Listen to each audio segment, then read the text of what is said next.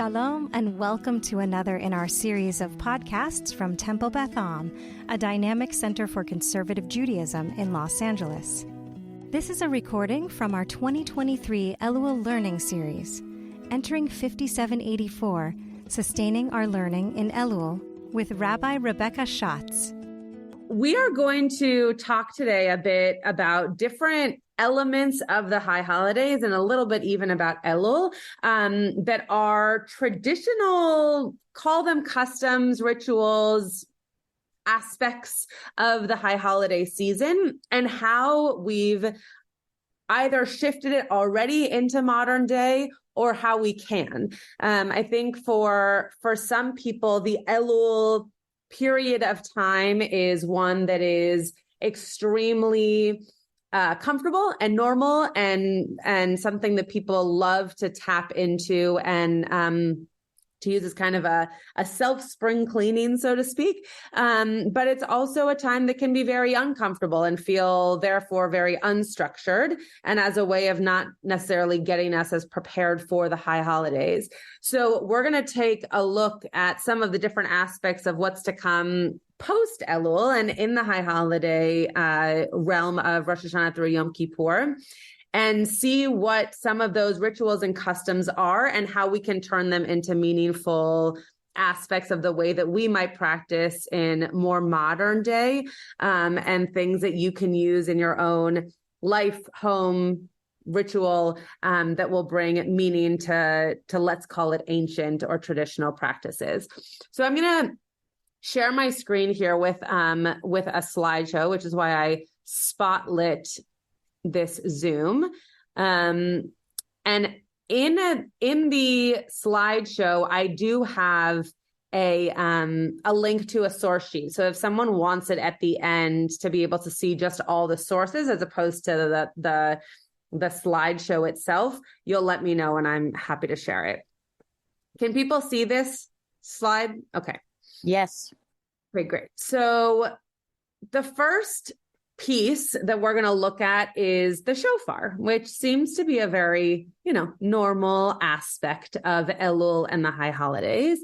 But what some of you might not know is that the Mishnah actually begins discussing the shofar by saying that it's the primary mitzvah of Rosh Hashanah, right? That is the primary mitzvah. And therefore, for example, during COVID, we were very focused on how are people going to hear the shofar, not as focused, though we made sure that there was live streaming and YouTube available, but not as focused on how are people going to hear Torah reading, or how are we going to make sure that people can hear Unatana Tokef, right? Those feel important and are important when in shul. And the Mishnah opens up by saying the number one mitzvah, the primary mitzvah of Rosh Hashanah, is actually sounding the shofar. So before we get to the next slide, can someone just tell me what is the actual mitzvah of shofar? Yeah, Barbara. It's hearing it, not blowing it. Great, exactly. I'm really glad that no board members are on here right now, because I talked about this last night at the board meeting, that the mitzvah of shofar is not necessarily the person who is doing the blowing, but actually the person who is doing the listening. And there's something powerful about that, because that means that it's amazing to have shofar blowers in the community who can do that well and make it sound great. And also it's on all of us to actually bring ourselves to a space where we can hear the shofar. The onus is on the listener, on the ear, and not on the person who's, quote, performing the mitzvah for us. Yeah, Tybal. Though, as the rabbis are wont to do, there is some obligation on the one blowing shofar to ensure that it's the kosher shofar. That's not on the blower, though. That's on the shofar. So just like the mitzvah of tzitzit. Well, wait. Why is it not on the blower? Because the one blowing could use a wrong animal horn, like an right. Why isn't it? That doesn't make that doesn't tell the blower that they've done something wrong. That is just the onus is now on on the fact that the sound was not kosher, which we'll get to in a second. But just like on a talit, the mitzvah is not on the garment itself. It's the tzitzit, right? It's the actual fringes. So when you put the tzitzit on, the mitzvah is in those fringes, not necessarily in the garment, right? So similar to this shofar, that it does have to be made out of a certain animal, it does have to be made without blemish, etc. But the blower themselves does not have to be of any certain. They have to be able to hear. Actually, is the one. What I meant was on the blower, that it's the obligation of the blower to get the right kind of shofar, not to be the right kind of person. That's what I meant. Yeah, right. Yes. But in Los Angeles, anybody that's blowing shofar is most likely bought it at a legitimate shop, Jewish shop, and they don't have to worry because they're sold to you as being kosher shofars. Maybe there. This is definitely not the point of this teaching, so I'm not gonna stay on this topic for very long. But that might be true, and there are places that will sell shofars, not like a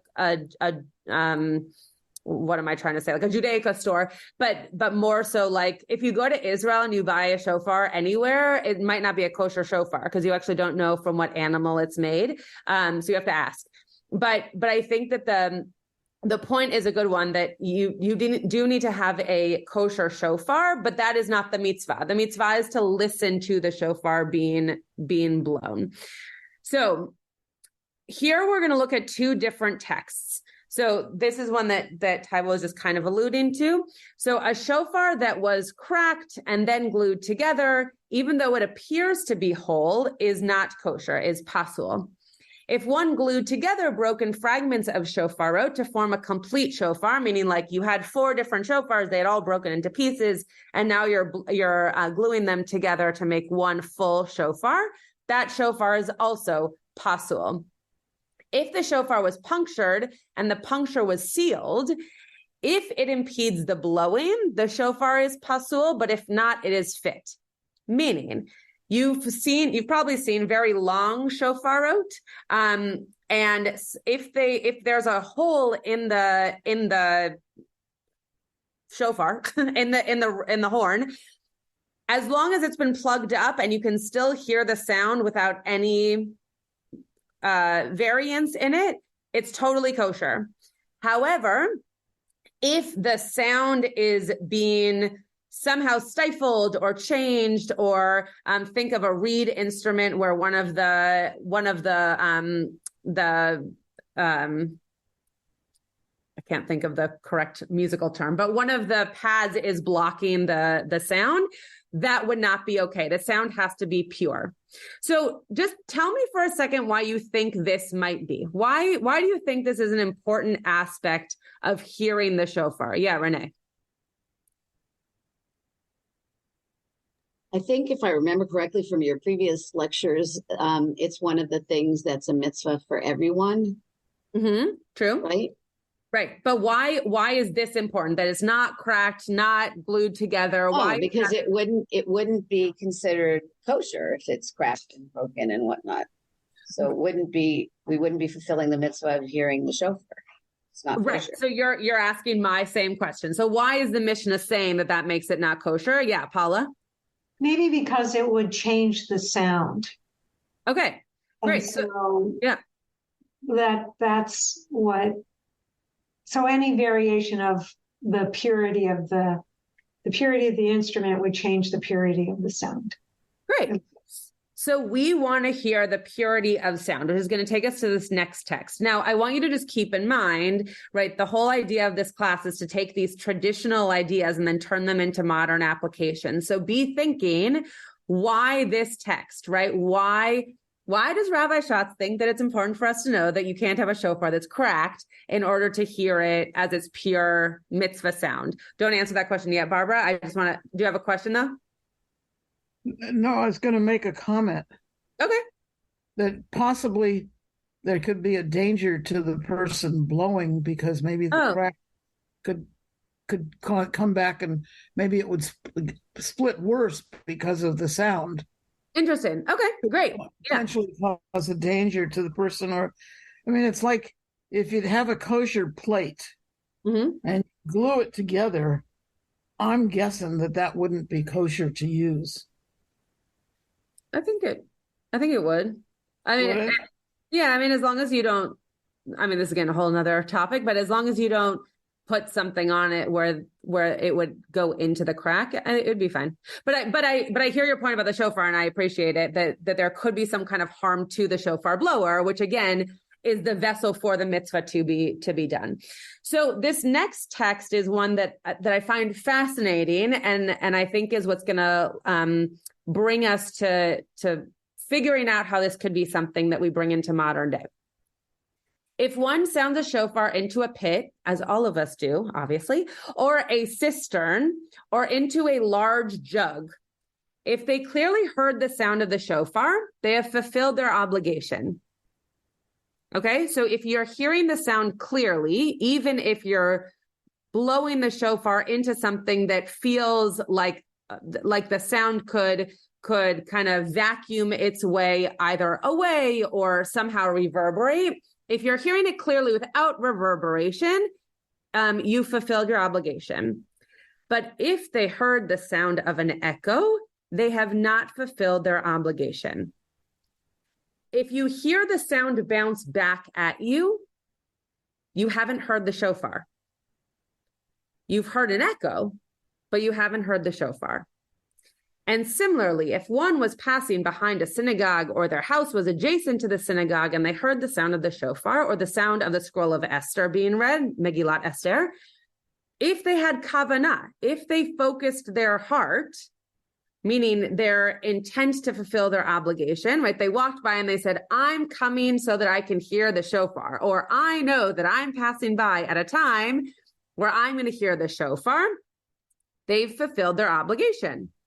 But if not, they have not fulfilled their obligation. If you're just walking down La Cienega and you happen to hear the shofar being blown on, I guess it wouldn't be La Cienega, on Corning, and you happen to hear the shofar being blown on the field, but you didn't know that you were going to hear the shofar, you haven't fulfilled your obligation because you didn't have any intention around hearing the shofar, right? It's important from this passage of Mishnah that you hear the purity of the sound and that you have kavanah, that you have intention. It actually says that you put your heart towards it, right? That you've somehow im kiven libo, if you've directed your heart towards the sound, that's what makes it fulfilling towards the obligation.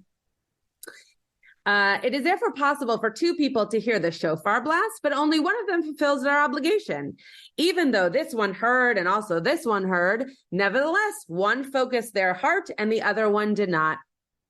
So you could be taking a walk with a friend, with a partner, with a child. One of you could hear the shofar and know that that intention was there to hear the shofar. You fulfilled your obligation. But the same person at the same time hearing the same shofar might not have fulfilled their obligation because they weren't in a space to hear it. So how is this something that could be turned specifically in a year where we are going to not hear the shofar the first day because it's Shabbat?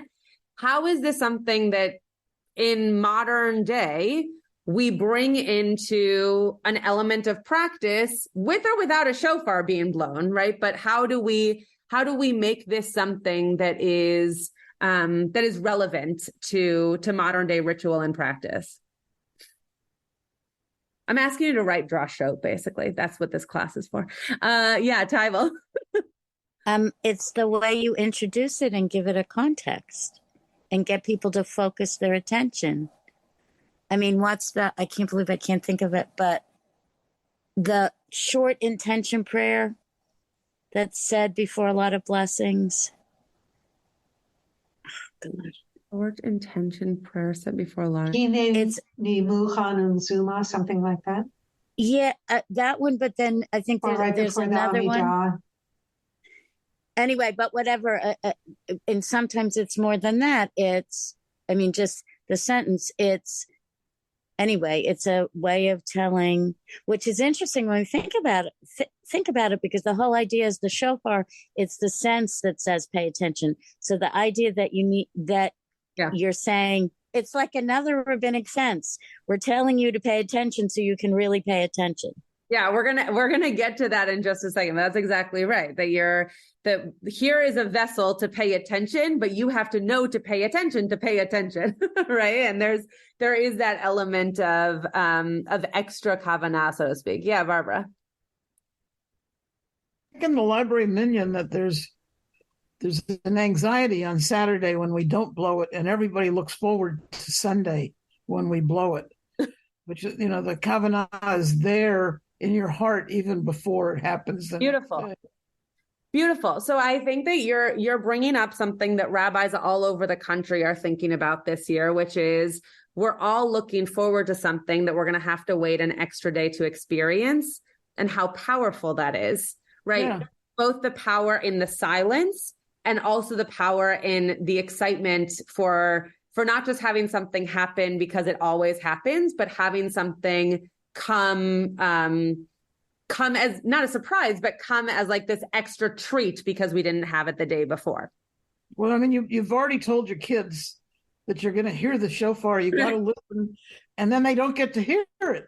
So get them to really be psyched up the next day, that you can psych your own self up. I would also like to add that when we did do it, blow it on the street corners, like we did, Shimona blew it outside on our street corner. Yeah. It was an amazing thing. The the Shapiro Perlmans came. Yeah. In addition to, we had about 25 people there listening. Yeah. Kids from the house across the street. It was a phenomenon. I wish we did that every year at 2 p.m. We could bring it back. Have lunch. It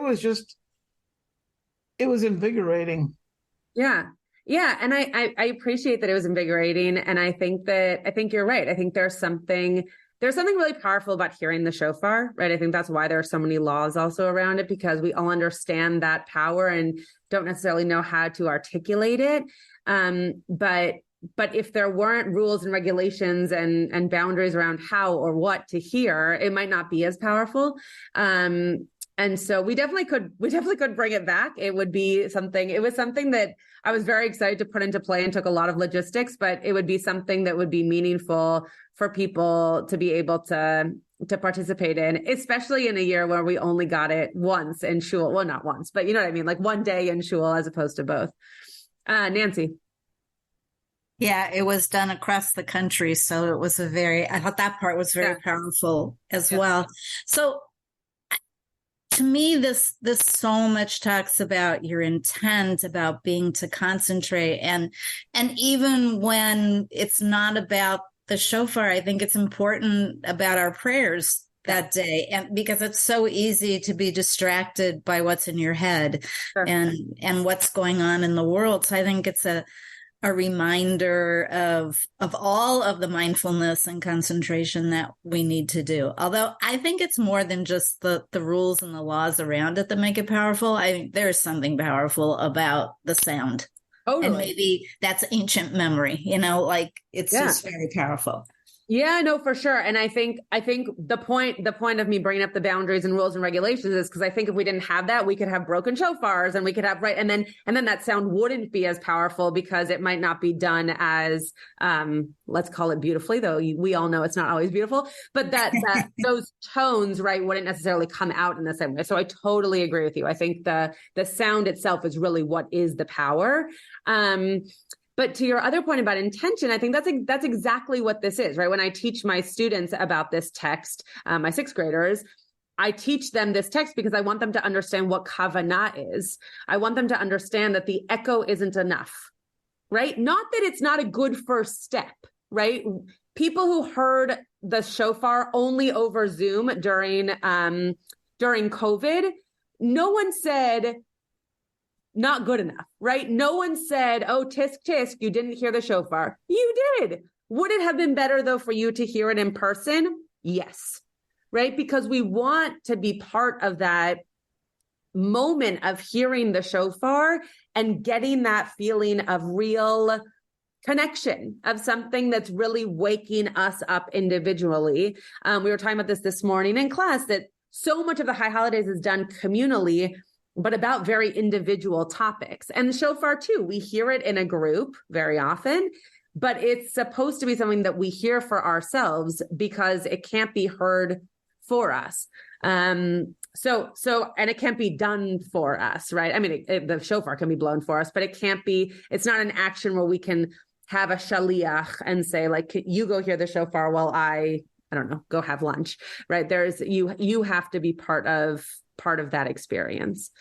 The only other thing that I'll mention about the echo piece is that I think there's something important for all of us to remember what echoes are in general in our lives, right? Are there echoes of behaviors that we want to not be mimicking? Are there echoes of voices that we'd like to stop and be focused on other voices? Are there echoes of rituals that have been the opposite of inspiring, that we want to be able to get rid of, and now we want to focus on the pure sound, right? I know that's a metaphor for what we're dealing with here, but what are the echoes in our year that we want to kind of shove aside and be able to really focus on that pure sound, the sound that really needs to come out? And the Torah that I brought last night to the board meeting is that when we hear of the shofar in the Unatana Tokef, it's shofar gadol yitaka, right? A big, strong sound is going to be blasted. V'kol demama yishama, but that you're going to hear a still small voice. So it's a very loud blast, but what you hear and what you focus on is something so much more vulnerable and intimate that we need to be able to tap into. And here too, it's not that big echo that bounces off of the walls. It's the one sound that comes out of the small shofar. Yeah, Tybal. And just the way you said that, it reminded me that the biblical name is Yom Teruah. Yeah, exactly. Okay, so sorry, I just have to move you all so I can see what this is. So this is another text from Mishnah Rosh Hashanah.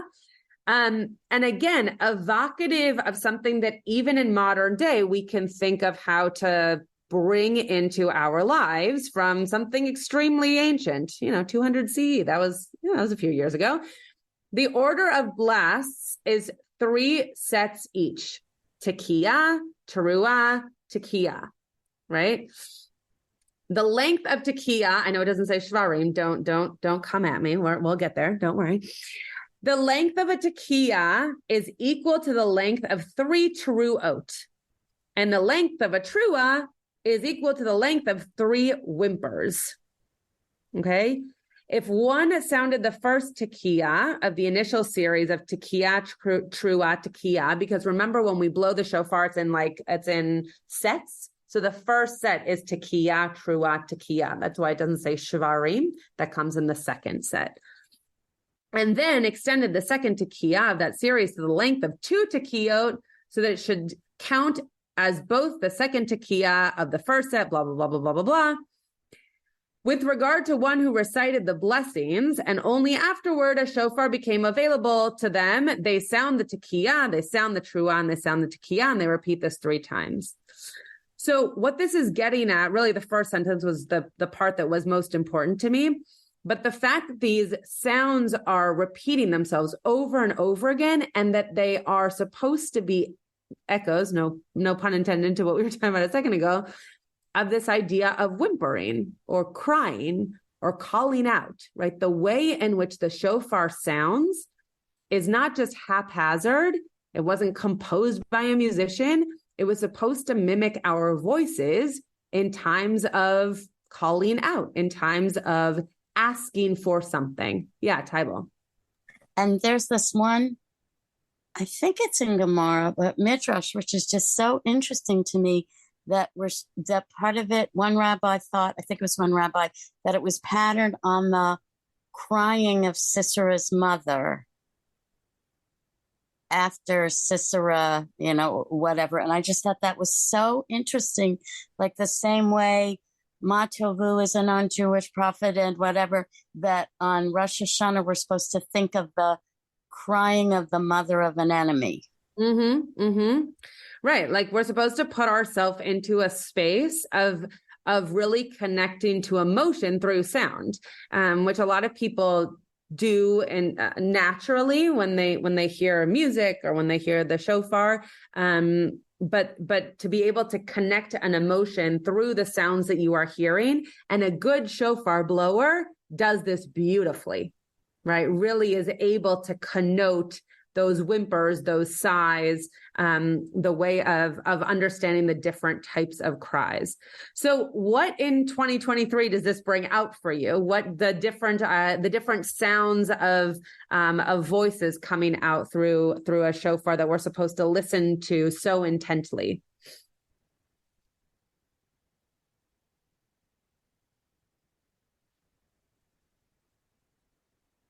Yeah, Mike. I think it's others, the others. Mm-hmm. I think it's, we're spending a month thinking about how we can become better versions of ourselves, in a sense. Mm-hmm. And one of the key ways of doing that is to actually act on being a better listener to others. Mm-hmm. So anyway. No, that's beautiful. And I think you use the word others, which sometimes can connote someone that's not like us, but it really just means anyone who isn't me, right? Anyone else, right? Any other human being, any other life that is not me, whether or not they look like me or have the same socioeconomic status as me, et cetera, et cetera.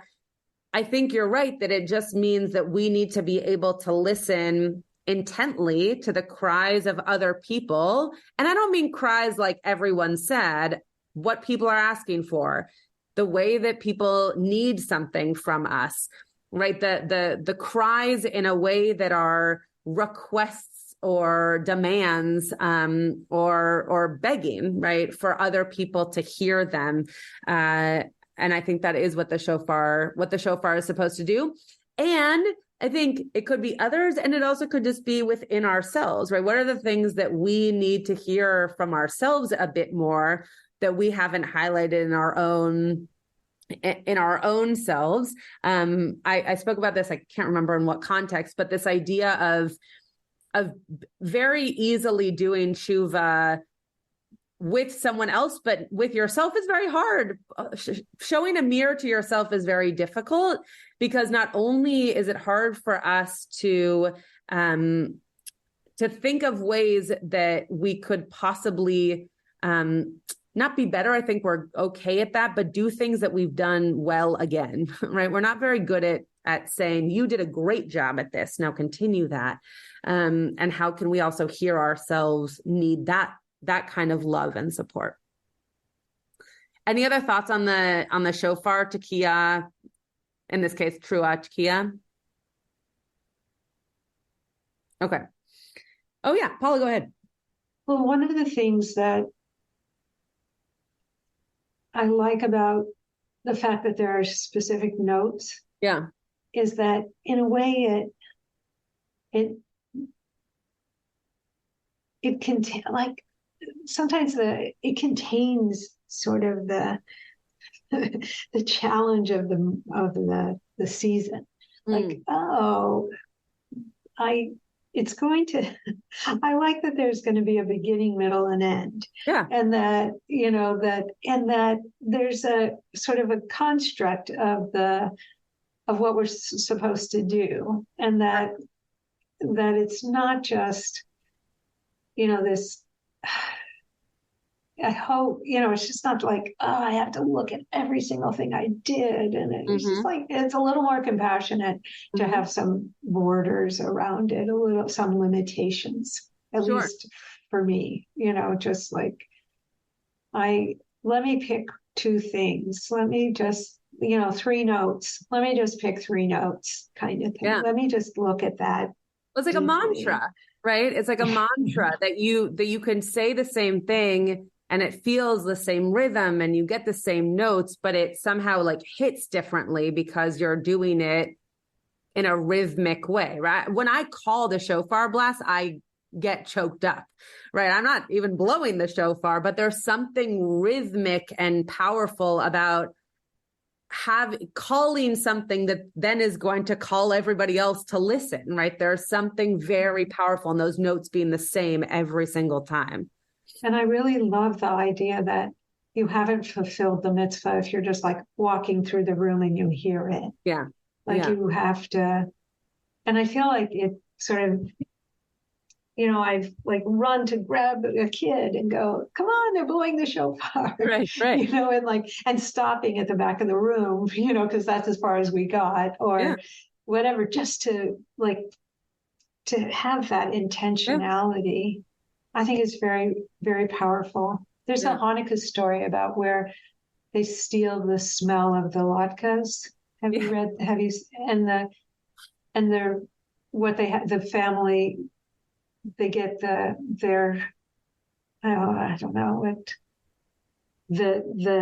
punishment that they extract or the cost that to the family is they have to the family that had the latkes has to hear the sound of money shaking. Oh. That's the pay for my smell. And the rabbi goes, okay, I'm going to pay. They're going to pay. You come to my study and here's what we're going to do. And he shakes money. And so it's sort of the idea that, no, it's really, there's some, I don't know how to, it just hit me as just this echo of something. They didn't eat the latkes. You were supposed to give them latkes, but you didn't. Right. You weren't generous. So your reward for your lack of generosity is to hear the sound of money.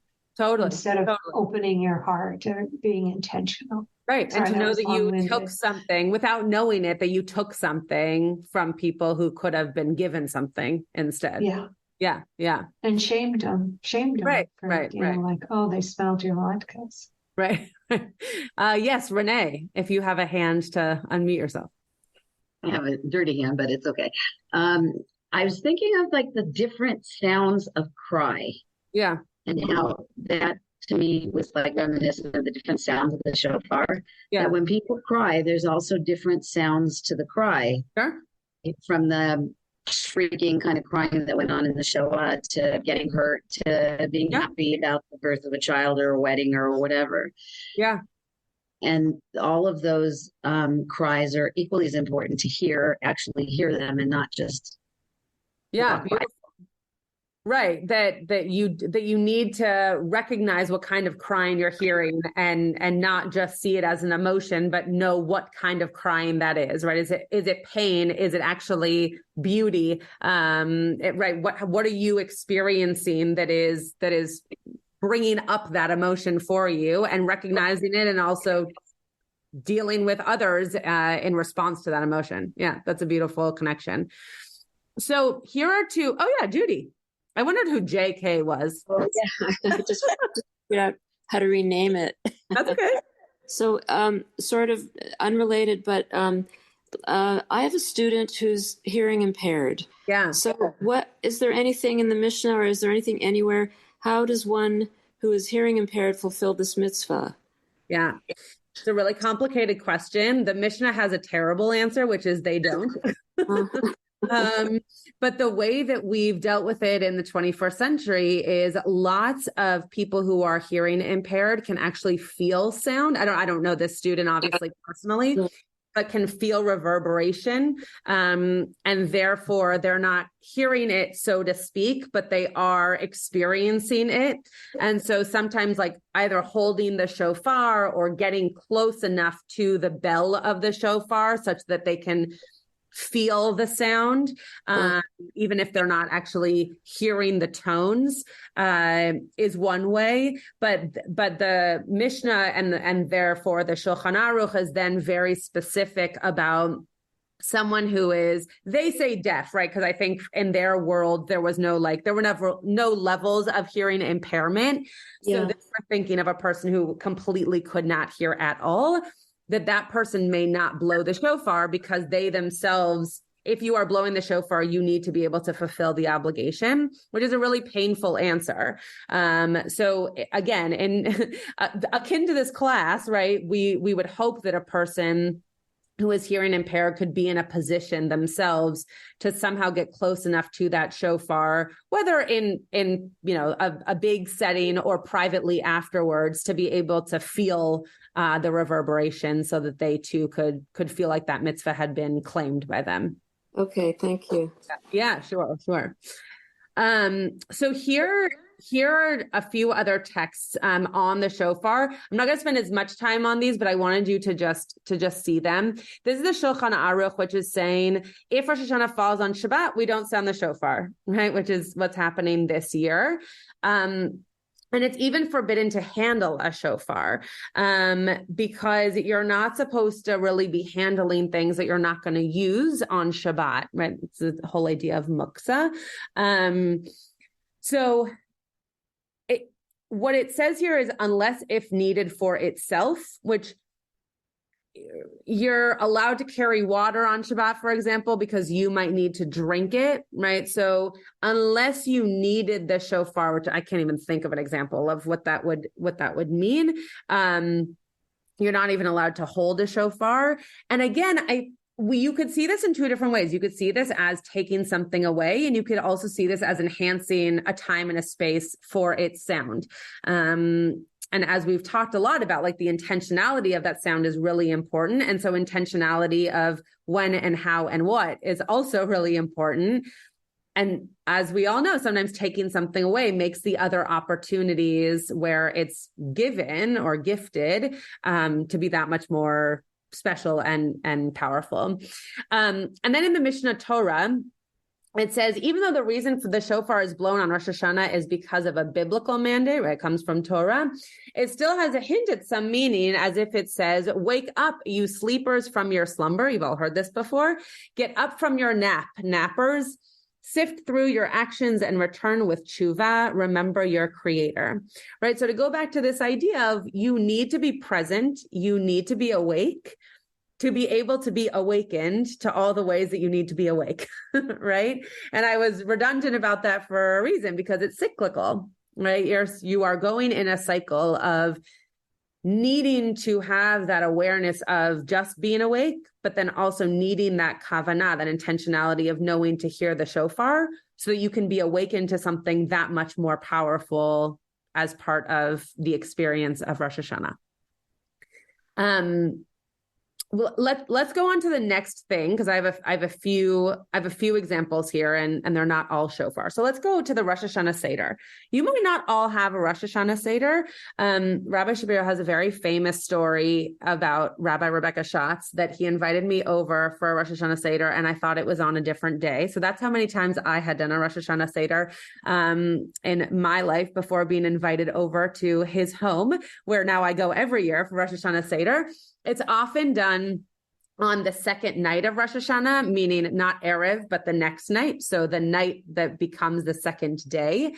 And it's something that is, right, it's something that's a Sephardic custom, which is why Rabbi Shapiro does it in his household, because his wife is a Sephardic Jew and rabbi in her own right. And so this is something that I wanted to bring because food is a very prominent part of Rosh Hashanah for lots of Jews, but very often for Ashkenazi Jews, it's just apples and honey that are the symbols, right? Not necessarily all these other things that you might have included.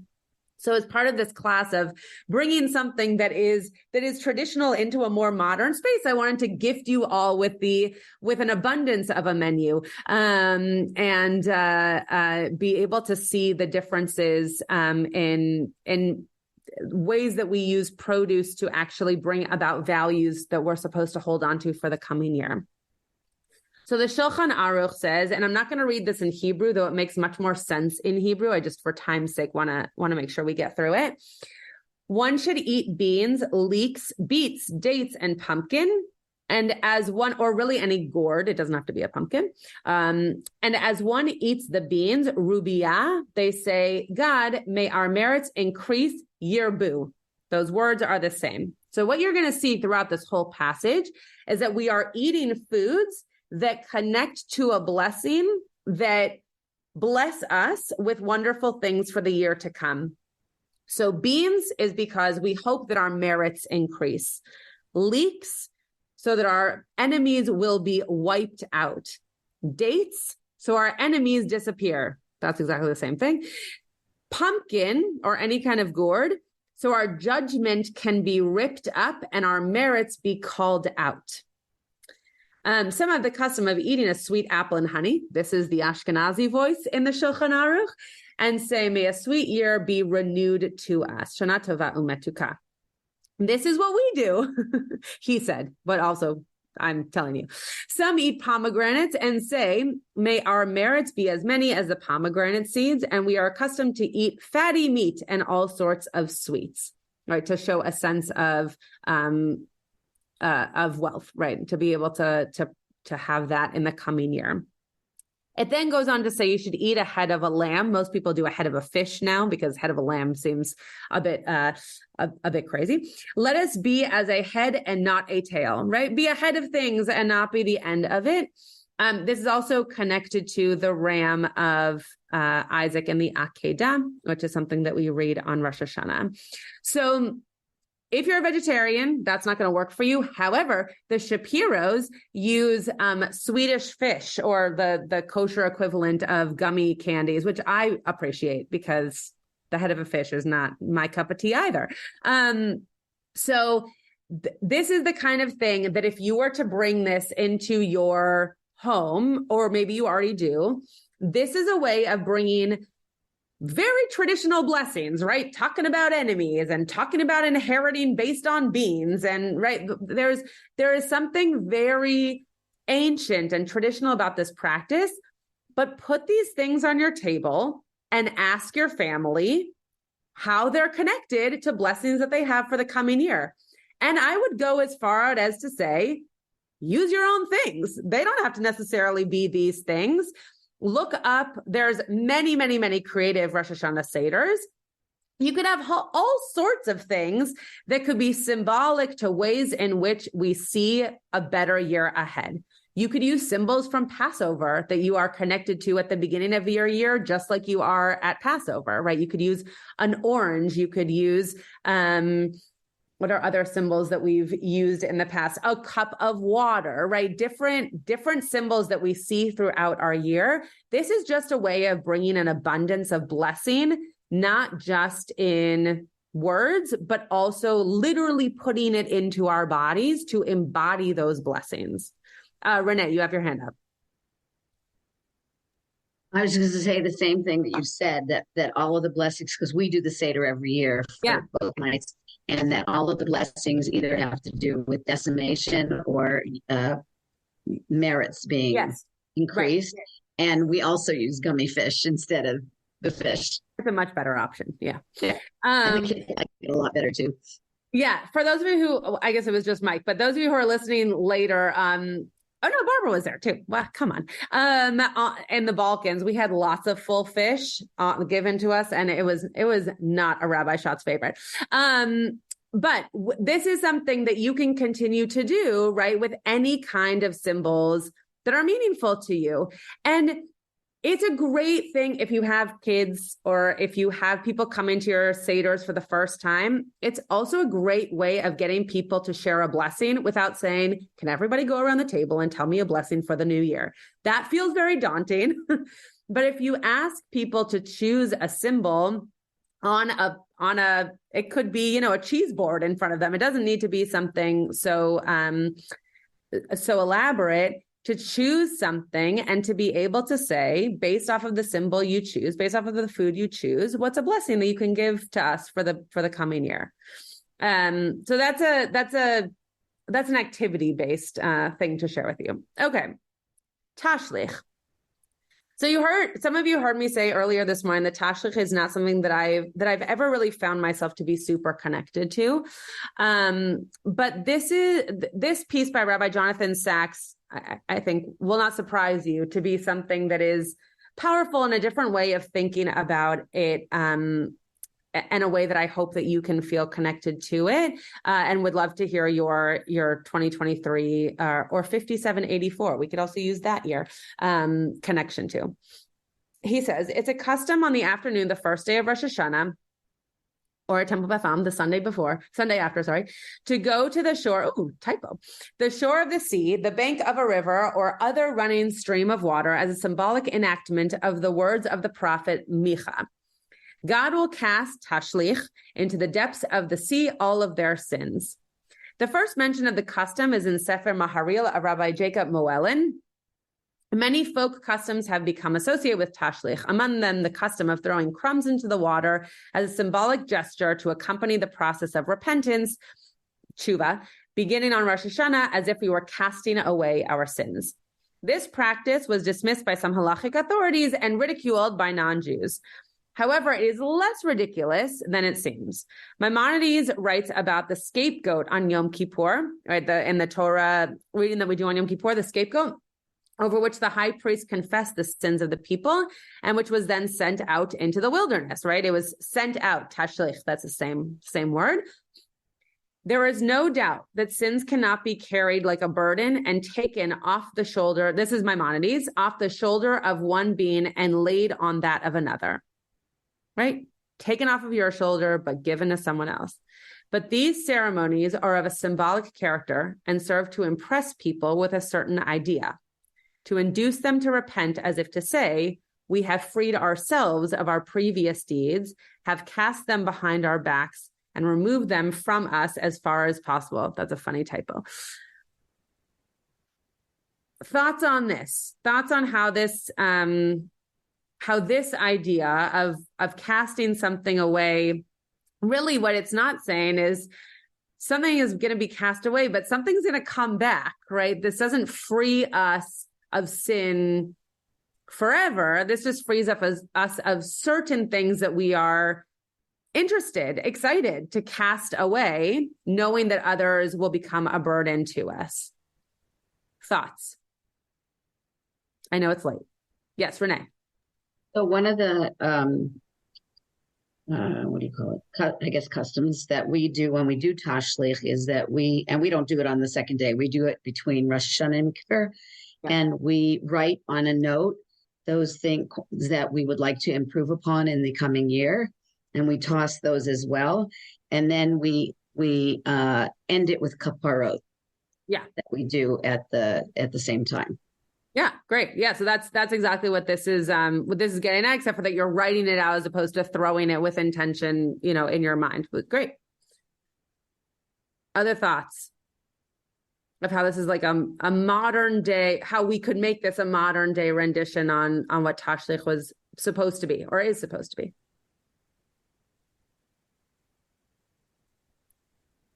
Okay.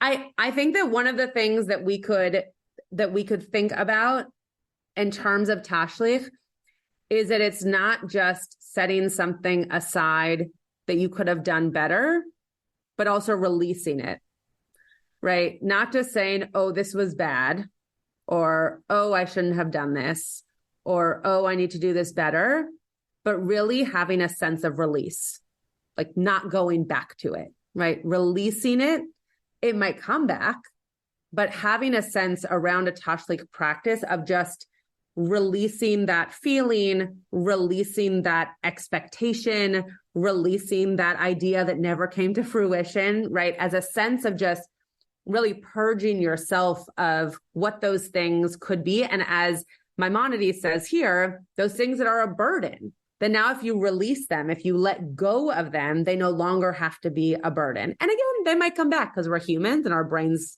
don't just work that way in terms of release, and unless you're into hypnotics. But there is something to be said for seeing Tashlich as at least the beginning process of releasing something that is no longer fulfilling you. Okay. I know it's late, so we're gonna was that a thumbs up to knowing that it's late? No, you like this piece. You like Tashlich. Okay. Paula's just going to give me hands. I liked your explanation. I liked your reframing it as a release. Got it. You know, because regret is really very powerful. Yeah. You know, and so that there's some the physicality of it, the doing of it, the thinking, writing it. I kind of like writing it in the sand because it's not disgusting with all the bread. You know, after I don't like the bread in the beach. I like that, writing it and then laying it similar to what Renee said. I like, but writing it in the sand and letting the waves take it. Yeah. Yeah. I like that. But that again, that's going back to that intention of having a release. Yeah. Or, yeah. You know, letting go. Yeah. Yeah, Mike. You know, I think it's very interesting when you think about the shofar or tashlich and then it's so much of what we're talking about is intentionality and also or releasing something or taking a burden off. You know, it reminds me of how we often think about Pesach. Right. And totally. in similar respects. And totally. Anyway, I just wanted to mention that. Yeah. And I think that's exactly why this class felt relevant to me, right? Because even if something doesn't speak to you, like Seder Avodah, which we're going to talk about in a second, even if that doesn't speak to you as something that you're going to do with intentionality, but it's going to be done for you on the bima, and you're at Rosh Hashanah and you're supposed to feel something. And so I'm going to try really hard. The main modality for the high holidays is intentionality. So if you can find intentionality by doing something different, but the intentionality is towards the same goal, well, then you're doing it right. Right. So it's actually a really great segue into this next piece, which is I'm going to play you a tune of something. But this is, and actually show you the video for those of you who are actually on Zoom and not listening later on.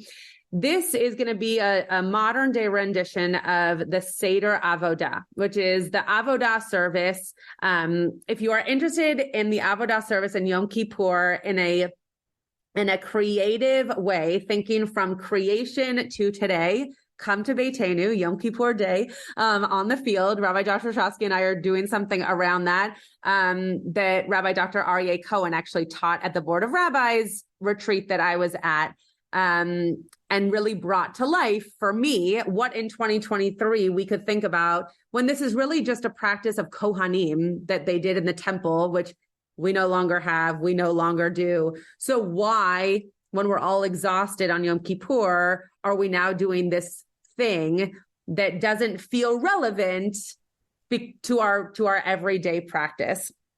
And part of this piece from the Shulchan Aruch is that we are supposed to, okay, let me read what it says.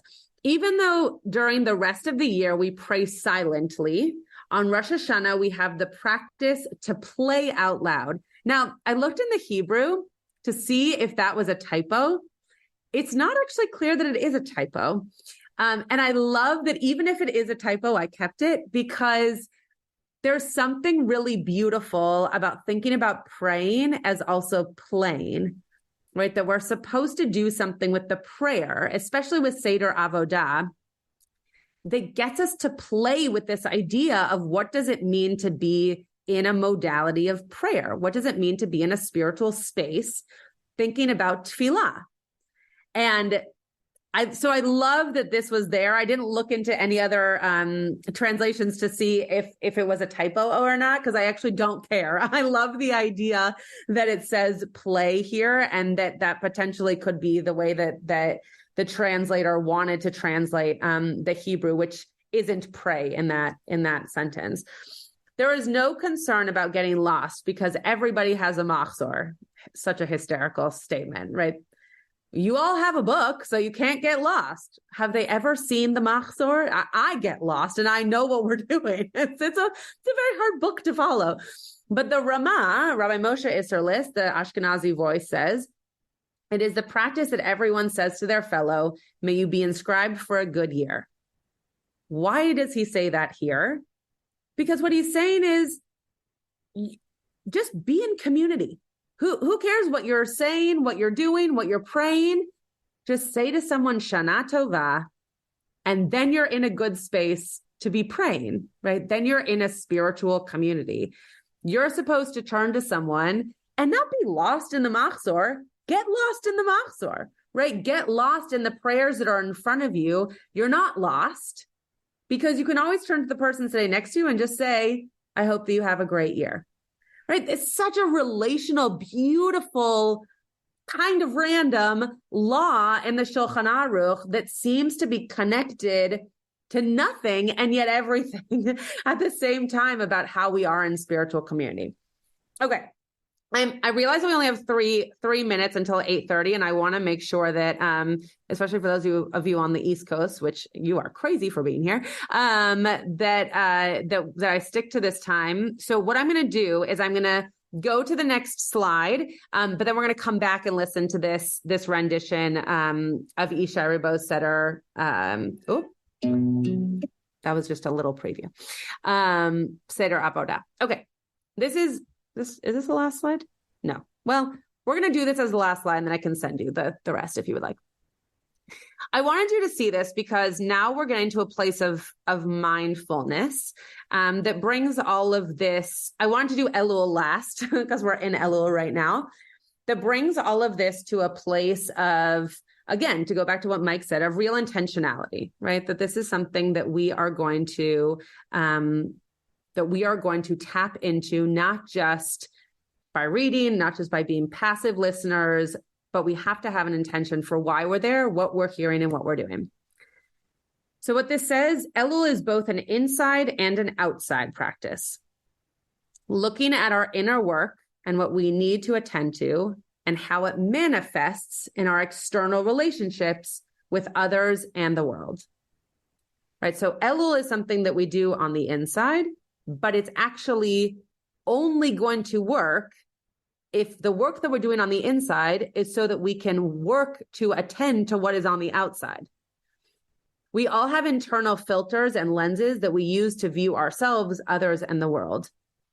So this mindfulness practice that I found that I wanted to share says, think about what filters or lenses you might unconsciously use to see or to judge the world, people, thoughts, prayer, me, but whatever it is.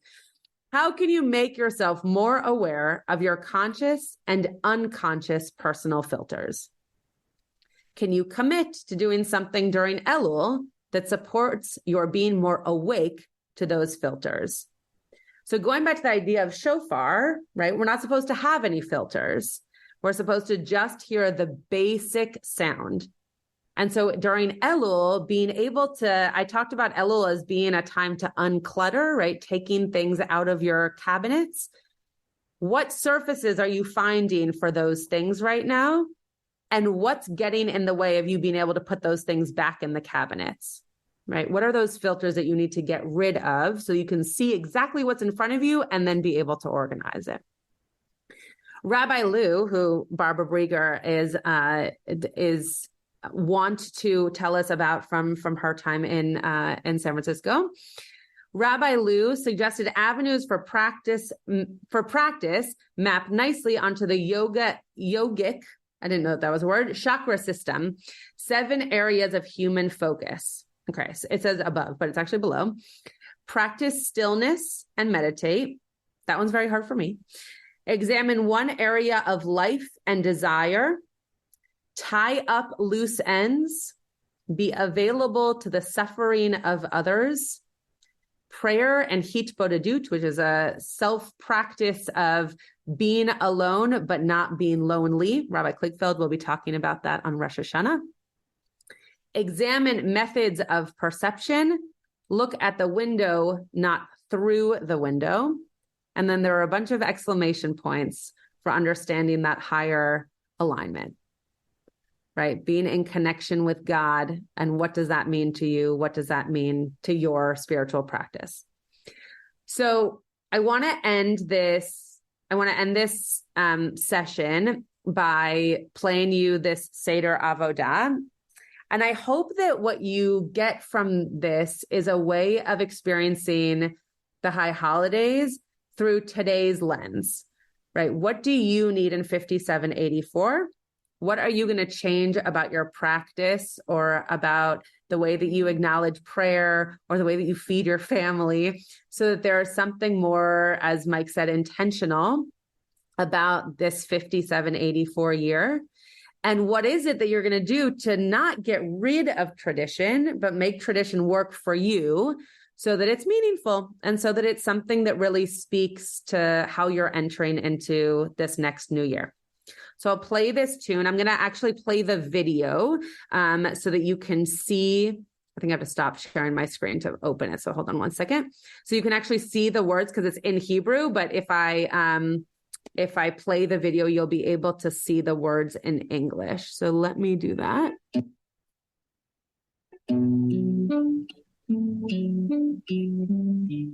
Give me 1 second. Sorry, it had to start so that I knew that it was there. Okay. I won't play the whole thing because it's repetitive, but you'll get the idea.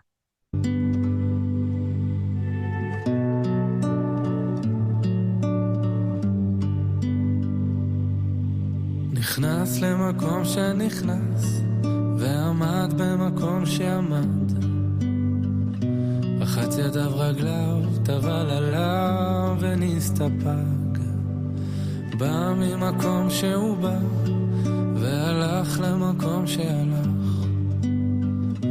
פשט בגדי החול, לבש בגדי לבן, וכך היה אומר אנא השם, כפר החטאים לעוונות ולפשעים שחטאתי לפניך אני וביתי. ואם אדם היה יכול לזכור את הפגמים, את החסרונות, את כל הפשעים, את כל העוונות, בטח כך היה מונה אחת, אחת ואחת, אחת ושתיים, אחת ושלוש, אחת וארבע, אחת וחמש. ישר היה מתייאש, כי לא יכול היה לשאת את המרירות החטא, את הבושה, את הפספוס, את ההפסד. והכהנים והעם העומדים בעזרה, כשהיו שומעים את שם השם המפורש יוצא מפי, כהן גדול היו קוראים, משתחווים ונופלים על פניהם. ברוך שם כבוד מלכותו לעולם ועד.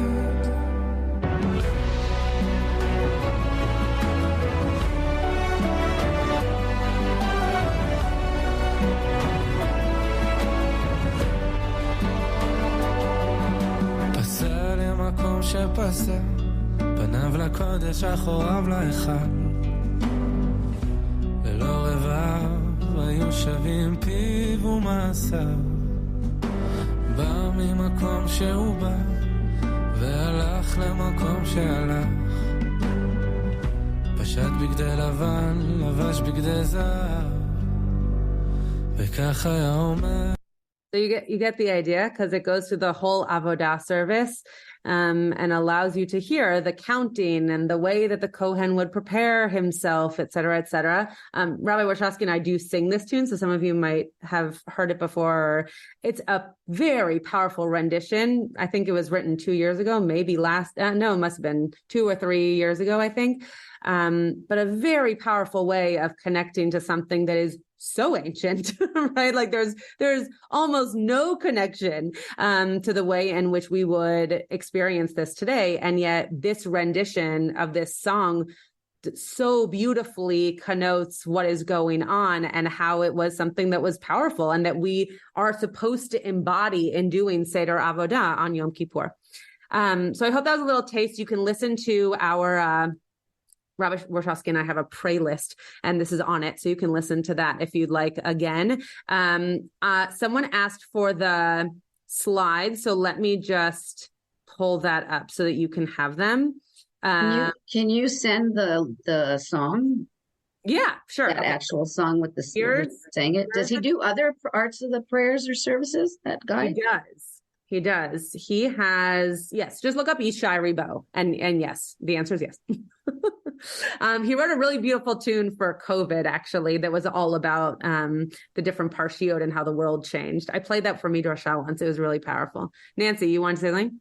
Yeah. Also, you can hear Rabbi Warshawski on the Unorthodox podcast from 2 or 3 podcasts ago. And it's the only thing that has really made me feel like the holidays are here.